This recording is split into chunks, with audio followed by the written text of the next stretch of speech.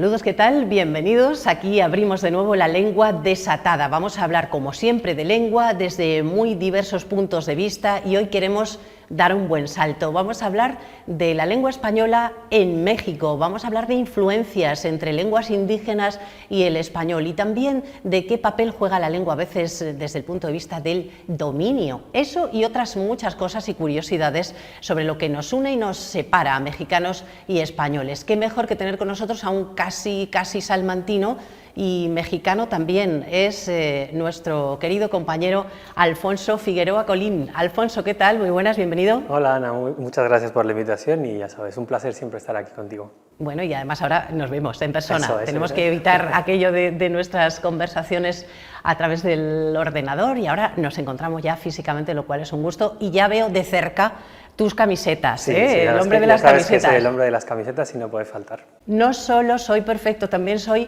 mexicano. Bueno, explícanos porque eres mexicano, pero llevas aquí un montón ya. Sí, a ver, la verdad es casualidades de la vida. Yo llegué aquí a Salamanca a estudiar la carrera cuando tenía 19 años y ahora este año se han cumplido 19 años desde que estoy aquí, así que la mitad de la vida, casi justo al mes, porque cuando vine en septiembre tenía 19 años y 3 meses y ahora en diciembre 19 años y 3 meses desde que llegué a Salamanca, así que casi a la perfección, mitad salmantino, mitad mexicano. Y mitad Aunque la camiseta, pues hombre, como íbamos a hablar hoy de México y tal, pues hacer un poco de país también está... Me parece muy bien, hay que hacer país, efectivamente. También soy mexicano, además de ser perfecto. Bueno, Alfonso, hemos hablado en otras ocasiones de cómo fue el choque cultural que tú tuviste cuando llegaste aquí a España, cuando tenías esos 19 añitos, venías para estudiar filología aquí en Salamanca, en la universidad. Y ese salto, tú me has contado en alguna ocasión y en otros programas anteriores, que no solo fue la diferencia entre algunas palabras que significan otras cosas o que usamos de otro modo, sino también, por ejemplo, en la manera de ser corteses, ¿no? Decías, qué secos los salmantinos cuando llegaste aquí, ¿verdad? Sí. A ver, la verdad, me sigue pasando aún hoy, pero un poco también en los dos sentidos, es decir, yo aquí me he acostumbrado también a la manera directa, porque creo que va más con mi carácter, de dar menos rodeos, de, oye, si yo quiero ir a un sitio, preguntar, ¿te apetece, no te apetece? Y si no me apetece, decir con toda tranquilidad, no me apetece.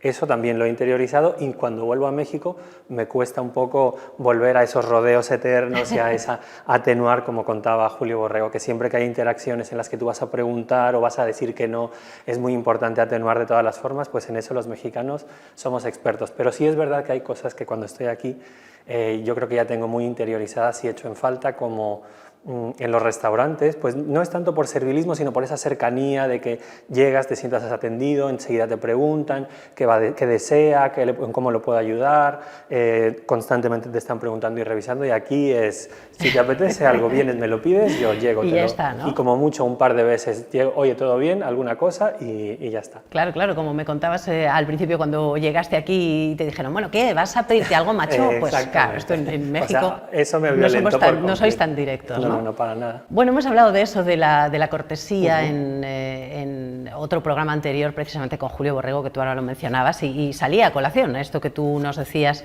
de lo que tú te habías encontrado aquí en Salamanca cuando llegaste. Y expresiones corteses, pues hay muchas, pero algunas de las que decís los mexicanos a nosotros nos suenan muy antiguas, o sea, son como de nuestros abuelos más que nuestras, ¿no? Ponme algún ejemplo de ellas. Pues de hecho, claro, cuando yo llegué aquí, para mí no eran ni antiguas ni nada, porque eran de plena vigencia, y fue cuando llegué aquí y empecé a utilizar algunas que la gente se quedaba mirando como, ¿de qué siglo ha salido este? Pues, por ejemplo, hablando de esto de cortesía y sobre todo en cuestiones de comida, el gustas, cuando le quieres ofrecer a alguien, en lugar de decir, oye, ¿quieres un trozo o quieres algo? Es gustas. O si yo le quiero pedir a alguien, veo que alguien está comiendo así algo muy rico que me apetece, pues yo le digo, ay, ¿me convidas o convídame un poco? Entonces la primera vez que yo dije, ¿me convidas? Fue así como, uy, convidar. Y una que también que yo tampoco había caído en lo raro que puede sonar, incluso un poco, eso sí, de servilismo, de... por lo menos todos los hijos del siglo XX, los que crecimos en el siglo XX, igual ahora en las nuevas generaciones se ha perdido un poco, era la expresión cuando tus padres te llamaban, cuando algún profesor, o sea, cuando alguien te llamaba, era mande o mande usted. ¿Mande o mande usted? Mande usted. Si tú contestabas que, además tengo así grabada la cantinela porque era, no se dice que, se dice mande. Entonces, automáticamente, siempre que mis padres me llamaban o lo que sea, era mande usted, porque si decías que ella era la regañina de, oye, eso es una falta de respeto. Seco, ¿no? Como si lo contestaras de mala gana. Exactamente. O sea, que mande usted. Y el convidar es una palabra muy bonita, porque un convite, antes se decía, ¿no? Quizá nuestros abuelos, más bien nuestros padres, por ejemplo, en una boda, ¿no? Pues llega el momento del convite y ahora es algo que de verdad está en desuso, o lo de gustas, bueno, es como muy formal, efectivamente, diríamos, ¿quieres tomar algo? Exacto. Bueno, hablando de la propia palabra México, del nombre, del nombre de México como tal, nosotros decimos México, pero escribimos con X, pero no decimos México. Exactamente. ¿Esto por qué? Cuéntanos. Pues mira, la historia es así un poco larga. Tiene mucho que ver en realidad con una seña de identidad.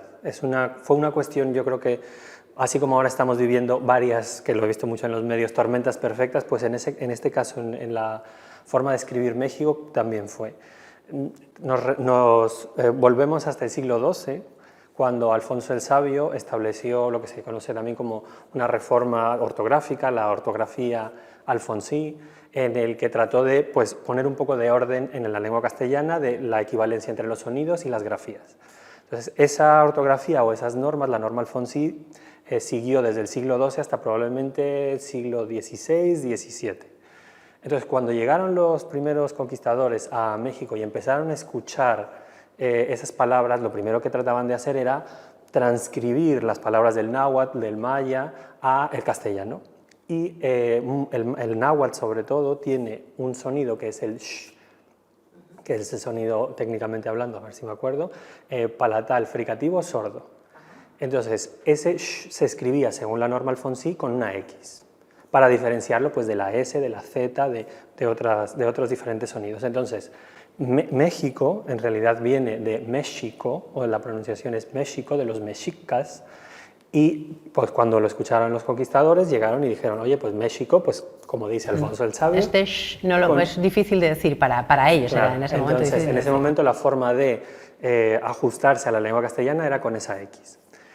Lo comentó también Noemí, la doctora Noemí, en el primero de los programas, justo en el siglo XVI-XVII hubo una cosa que se llama el reajuste del sistema sibilante del español, que había diferentes letras, la S, o sea, sonidos, la S, la Z, la sh, la J, entonces había ahí algunos sonidos que se empezaron a solapar y que tuvieron una evolución que simplificó el sistema y es lo que hace que pues, en algunas partes de Andalucía no se diferencie entre zapato y zapato, en algunas CC, en otras SC, y fruto de ese reajuste de sibilantes fue que el sonido sh del castellano se hizo un poco hacia atrás, se retrasó un poco y se convirtió en lo que hoy ahora es la J. Entonces tenemos ya que ese sonido sh de forma natural en el castellano se asimiló con la J y damos el salto a 1820, que también ahí Julio tendría cosas interesantes que decir, porque la Real Academia en ese momento no tenía la postura que tiene ahora. En ese momento y durante mucha parte de su historia ha sido más normativa que descriptiva y entonces en ese momento dijo todas las palabras que se escriben con X, o sea, que se escribían con X, ahora pasan a escribirse con J, porque se pronuncia J. Sin miramientos, o sea que Punto. México. Exacto. ¿Y qué es lo que estaba pasando alrededor de 1820 en México? Pues el comienzo de la Guerra de Independencia, que comenzó en 1810, culminó aproximadamente 1821, Entonces, en pleno momento de independencia, desde la Real Academia, desde España, te dicen el nombre de tu país lo tienes que pasar a escribir ahora con J, y entonces como una forma de identidad de decir nos estamos independizando de todo y no vamos a acatar vuestra ordenanza, nuestra seña de identidad, como además no solamente en México, sino hay muchísimos topónimos que incluyen la letra X, entonces dijeron nosotros vamos a mantener la letra X como una seña de identidad nuestra de México. Pues casi nada, ¿eh? La X como seña absoluta de identidad, aunque digamos México. Bueno, hemos empezado hablando del nombre de México. Sobre topónimos hay algunas curiosidades. Por ejemplo, Yucatán. ¿Qué pasó con Yucatán? Que pues, me has dicho que es producto de un error. Sí, a ver, hay muchas versiones. El único consenso que hay hasta ahora es que lo más probable por los registros que se tiene es que es fruto de una equivocación, de un malentendido entre los españoles y los locales.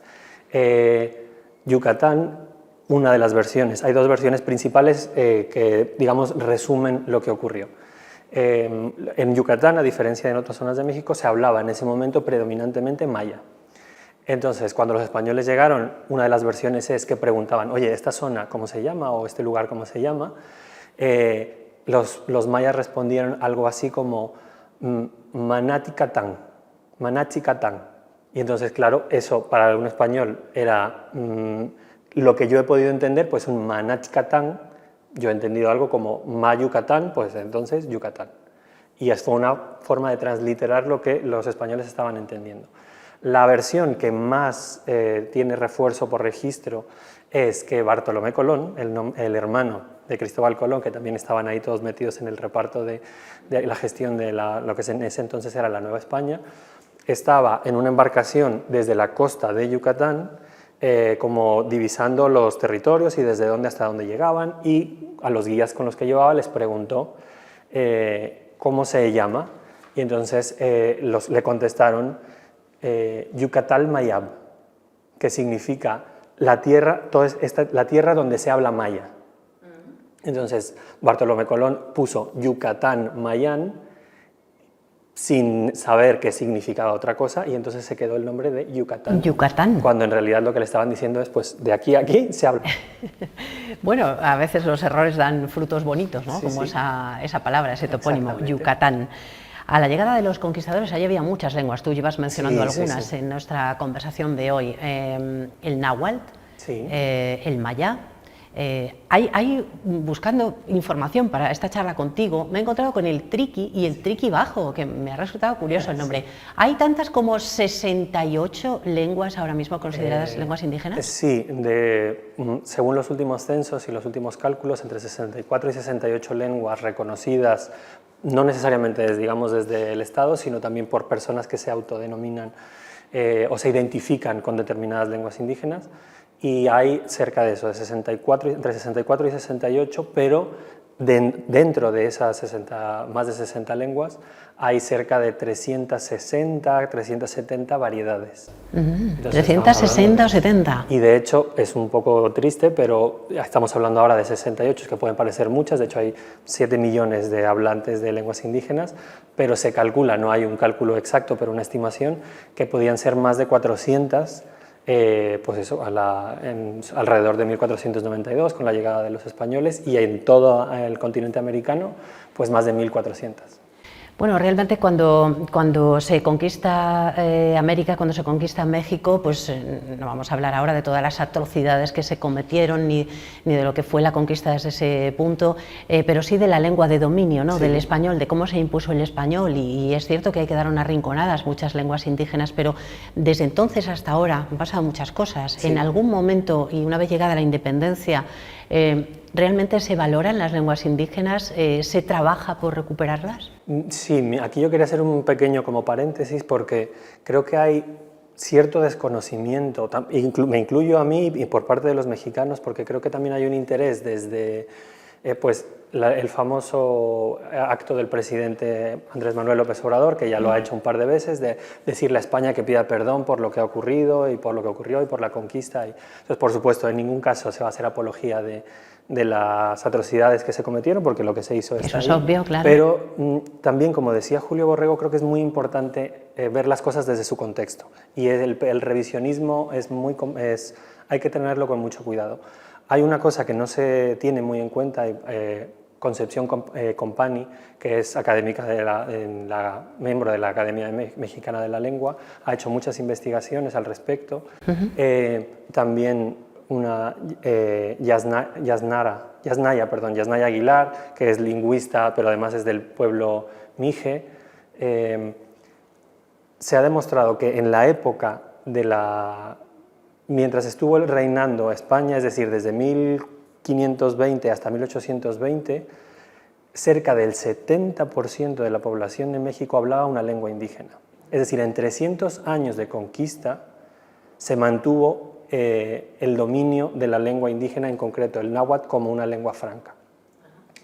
Y En esa época había notarías en lenguas indígenas, había administraciones en lenguas indígenas, entonces había una política lingüística de, quizá también era como un sistema de control, pero yo respeto lo que tiene tu tierra, los españoles aprendían lenguas indígenas y, por supuesto, no porque fuera muy bonito, sino por una cuestión de supervivencia, si yo no tengo que utilizar un traductor o un mediador, pues yo como local me compensa más aprender español para lidiar con la lengua del poder, porque es una cuestión de supervivencia, pero había muchísimo bilingüismo sin eliminar las lenguas indígenas. ¿Y esto estamos hablando de qué momento? Desde 1520 hasta 1820, es decir, todo este tiempo durante el dominio de la corona española. De 1820, que es de los primeros censos que se tienen también, hasta ahora, es decir, 200 años de independencia, ese 70% ha pasado a un 6,5%. Entonces, 7 millones puede parecer mucho, pero teniendo en cuenta las cifras de las que estábamos hablando, entonces, por un lado está muy bien que tú quieras decir, oye, perdón, pero perdón cuando tú tienes a tus indígenas en una situación en la que cada vez hay más pérdida, no hay políticas lingüísticas, hay muchísimos estudios al respecto de que son zonas de población en las que hay mayor grado de pobreza. Entonces, hay que saber contextualizar y es muy fácil crear un enemigo común externo y decir, hablando del lenguaje, la palabra, por ejemplo, mestizaje también ha hecho daño en el sentido de... ¿Por qué? ¿Por qué el mestizaje ha hecho daño en ese Porque sentido? si tú dices mestizaje, diluyes por completo la identidad de todas y cada una de las diferentes lenguas indígenas. Jugamos a que, no, México todos en el mismo saco. Exactamente, México es un crisol de culturas y todos estamos mezclados, somos una mezcla.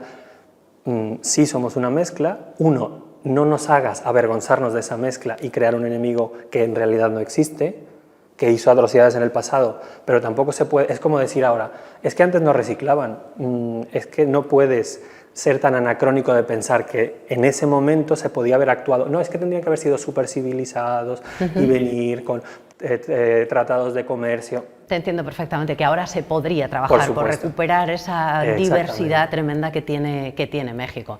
Quiero hablar de algunas cosas concretas, sí, de algunas palabras concretas. ¿Qué quiere decir cuando a alguien le dicen se te ve el nopal? ¿Qué es esto? Pues la verdad es una expresión un poco triste porque también revela a día de hoy lo que sigue ocurriendo de discriminación, sobre todo con las lenguas, no solamente con las lenguas indígenas, sino con las personas que se asocian a las lenguas indígenas. Tiene mucho que ver también con el color de piel.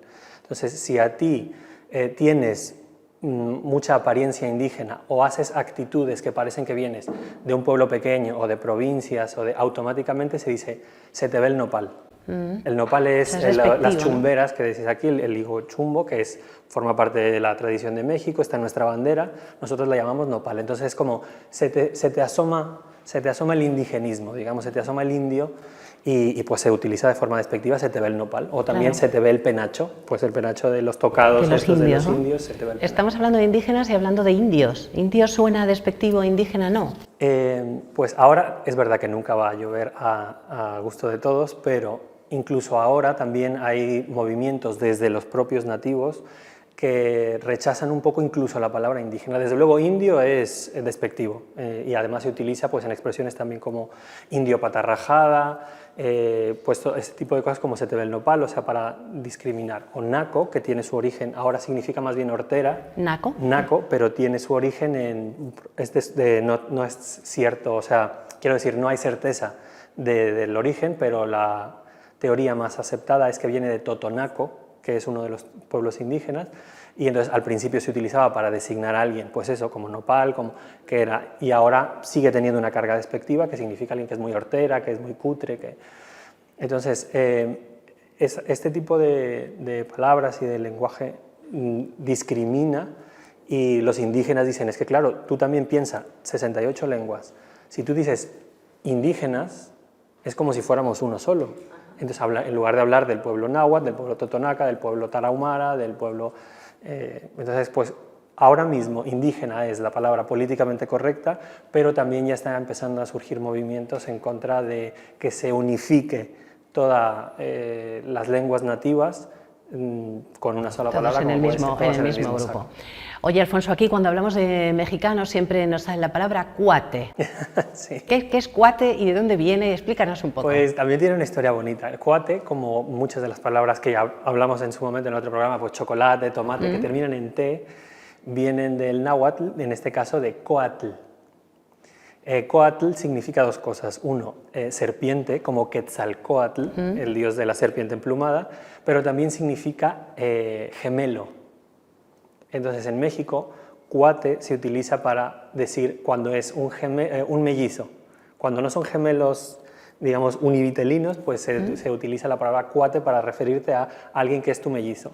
Entonces, claro, hablando de esa proximidad de mi mellizo, alguien que es muy cercano a ti, como un hermano, pues pasó a referirse a un amigo, a un muy amigo, a tu mejor amigo, pues entonces mi cuate, como cuate, si fuera ¿no? mi mellizo, Entonces, mi dices gemelo. cuate es una cosa cariñosa, sí, ¿no? Sí, mi cuate es como mi amigo, mi muy buen amigo, y viene de ahí, de coatl, que significaba gemelo en náhuatl. Ese sonido, la T y la L, que yo siempre digo que es muy difícil de pronunciar, aunque vosotros lo decís con absoluta facilidad. Bueno, pues cuate, ¿entre mujeres también? ¿Cuate es solo masculino o no? Mi cuate también, pero ahí es una diferencia curiosa, porque si es tu melliza, dices mi cuata.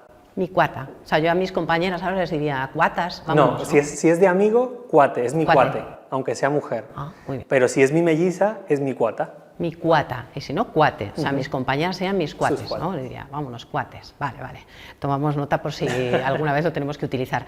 Me has dicho que hay algunas palabras, que hay una que me sorprende. ¿Tunear tiene algo que ver con México? A ver, ¿La usáis allí para otra cosa? Es que eso la he elegido precisamente porque ahora se ha puesto muy de moda.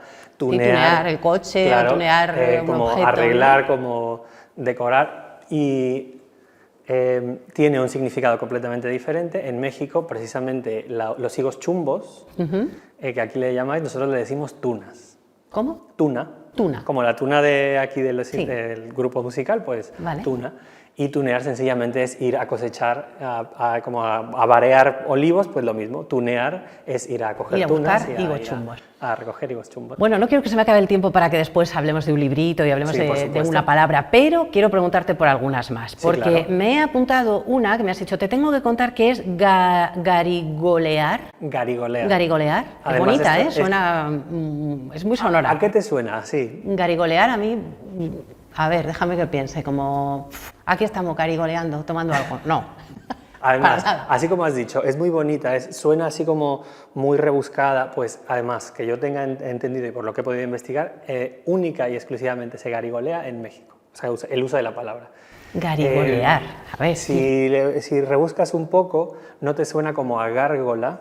Sí. Pues garigolear significa cuando adornas algo excesivamente, como muy barroco, incluso puede ser el lenguaje, uy, este habla muy garigoleado, o utiliza un lenguaje muy garigoleado, uy, llevas una camiseta muy garigoleada, o sea, es con mucho adorno, con mucho floripondio, ¿no? Diríamos exactamente. Así, ¿no? Entonces, garigolear viene, pues eso, tampoco está...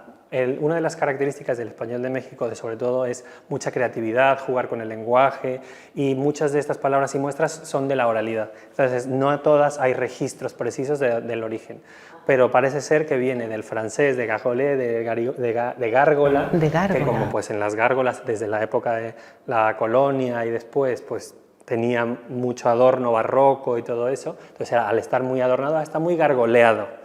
Y de gargoleado pasó a garigol. Esta me la voy a apuntar. Yo pensaba que era pues estar por ahí de fiesta o algo así, nada, sí, garigolear. Sí. Quiero saber qué es armar un pancho. ¿Es armar un pollo o un jaleo? Exactamente. Pancho, uno de los panchos más famosos que tenemos, Pancho Villa, como se sabe, fue uno de los líderes caudillos de la Revolución, y pues obviamente por donde pasaba Pancho Villa había mucho jaleo, mucho follón, entonces no armes pancho o no hagas pancho, es como eso, no hagas mucho... No prepares lío, ¿no? No la líes, no montes un pollo, no hagas un...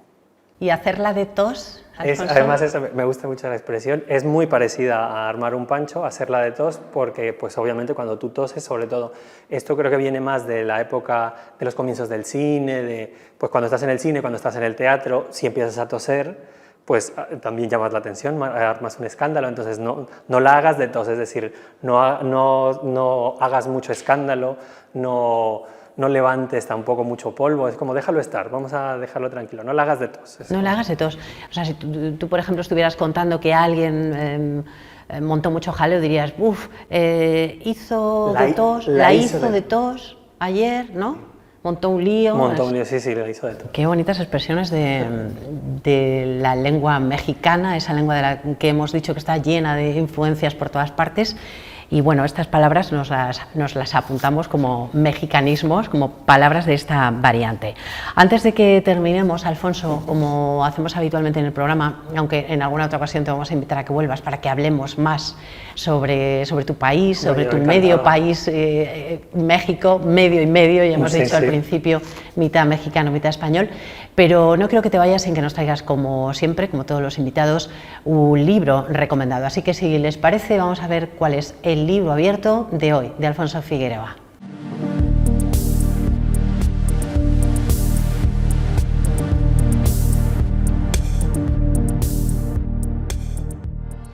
Alfonso, ¿has traído pensado un librito para los espectadores? Sí. A ver, uno, que no es la recomendación, simplemente es como hemos estado hablando de la identidad nacional y todo eso, que es un clásico, Premio Nobel de la Literatura, de Octavio Paz, El laberinto de la soledad. Si alguien está interesado un poco en esa búsqueda de la identidad mexicana y de las cuitas que nos llevan, que también nos identifican mucho, pues ese sería uno. Pero el que se titula El laberinto de la soledad. De la soledad, pero ese no es el que nos vas a recomendar así en letras mayúsculas. Exactamente, el que me gustaría recomendaros es, además, otro de los grandes, digamos, grandes señas de identidad, aunque más actuales, de la identidad nacional del mexicano, que es la inmigración, se titula La casa en Mango Street, es decir, la casa en la calle Mango.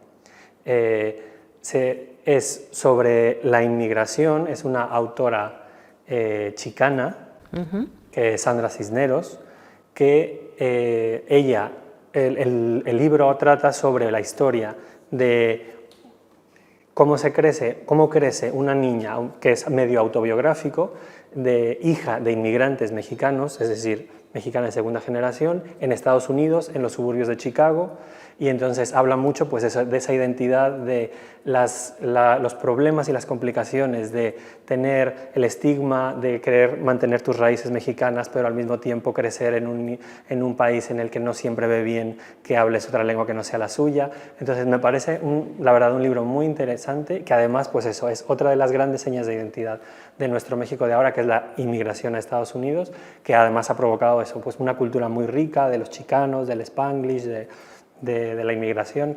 Un tema muy interesante, desde luego, ahora que hablamos de migraciones y, por supuesto, de los migrantes que van desde México a Estados Unidos. Sandra Cisneros es la autora, sí. Me has dicho, ¿no? Y el título, repítemelo, La casa en Mango Street, es decir, Street, de calle. Street. Bueno, la pronunciación claro. Y la tuya, obviamente hay diferencias. Por eso, y de hecho, el título está deliberadamente en dos idiomas, La casa en Mango Street, que algunas veces en algunas versiones la han traducido como La casa en la calle Mango, digamos exclusivamente en español, pero yo sé que la autora lo hizo en esa mezcla de inglés y español para reflejar también... Pues claro, eso, para reflejar esa mezcla, ¿no? de lenguas. Alfonso, nos queda medio minuto. Una palabra para guardar en la caja de palabras rescatadas. Perfecto, así que pues, vamos allá. Muy brevemente, una palabra que a mí me lleva automáticamente a mi infancia, que es cascarria. ¿Cascarria?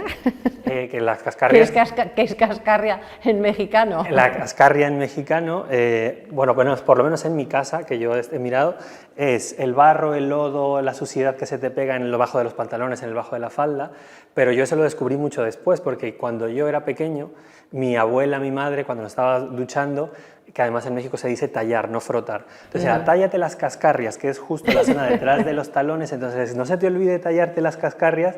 Y entonces para mí la cascarria siempre era en esa parte del talón, y luego descubrí que no, que era la suciedad que se pega a esa zona de la pierna, pero automáticamente me recuerda a mi abuela y a mi madre, y entonces para mí, cascarria.